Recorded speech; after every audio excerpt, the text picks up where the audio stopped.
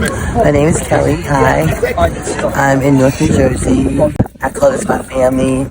Street family, family, we're familiar. I am an addict and I'm 55 years old. And I'm trying to get help. I'm moving to a new city, Jersey City, and I'm in a trauma recovery class I signed up for, as well as a drug.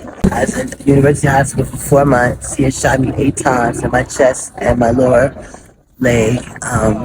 4 months I stayed in the hospital. My family had put out a missing persons report, and when the police contacted them, they came to the hospital. I came out of my coma, and the police officer showed me a picture of 2 other young ladies who were DOA on arrival, and told me that the man who shot me, they think is responsible for the death of the other 2 women. Well, unfortunately, the women never, after spending 4 months in the hospital, the police never came back and get active. When my kid's father passed back in '92, I had my 5-year-old daughter, my son was 5 months, and I was pregnant.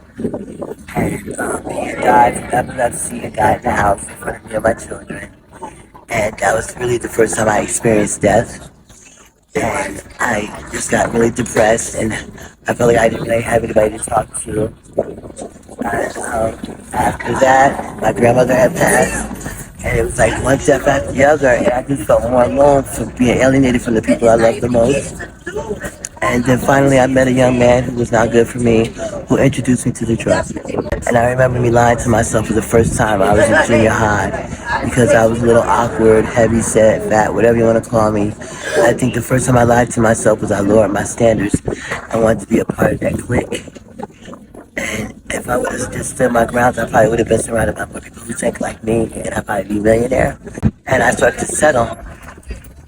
And then we're paying, and it goes by in the blink of an eye. Like, I remember we watching Terminator saying, I'll be back. Just, there are a lot of good people out here who just need help. We need housing, we need mental health courses, we need some cultural awareness classes so that we can learn to get along with other cultures and ethnicities. The one thing about the ghetto, everybody talk about we're savages and everything else, but everybody can come here and live. You got white, blacks, Jews, and Gentiles. And this is the only place I know that you could come and be able to walk any time of night through the hood, white, black, Jews, and Gentiles would be okay. Because one thing we got a lot of is love. And unfortunately, we have to find it in the family that we're around every day. So that's how it becomes our family. But we would really love to be able to deal with life on life terms. But a lot of times people have shut the doors to us. And when you have people migrating from all these other places and they get to come here and just get housing and get gift cards, gift certificates for clothing and stuff, and we don't get anything but Salvation Army clothes that are donated, and you put a price tag on that. Or we're told there's no more female beds. We don't get the special treatment that anyone else gets. We just get doors closed in our faces. And it gets to be a little depressing. And after a while, you start to believe that you're not going to be anything. That you never want to be anything, but just who you are. And like I said, these people out here become your family. Good, bad, or indifferent, they're all we got. And believe it or not, it is hard out here, but there's always going to be someone to willing to help you. So that becomes our lives. And before you know it, it's been 20 years later, but I'm not going to give up hope.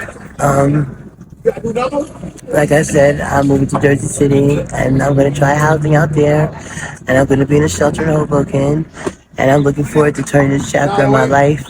So I ask those who can pray for me and keep me in your prayers, and to let my family know that I love y'all, and y'all take everybody with me. And that's about it.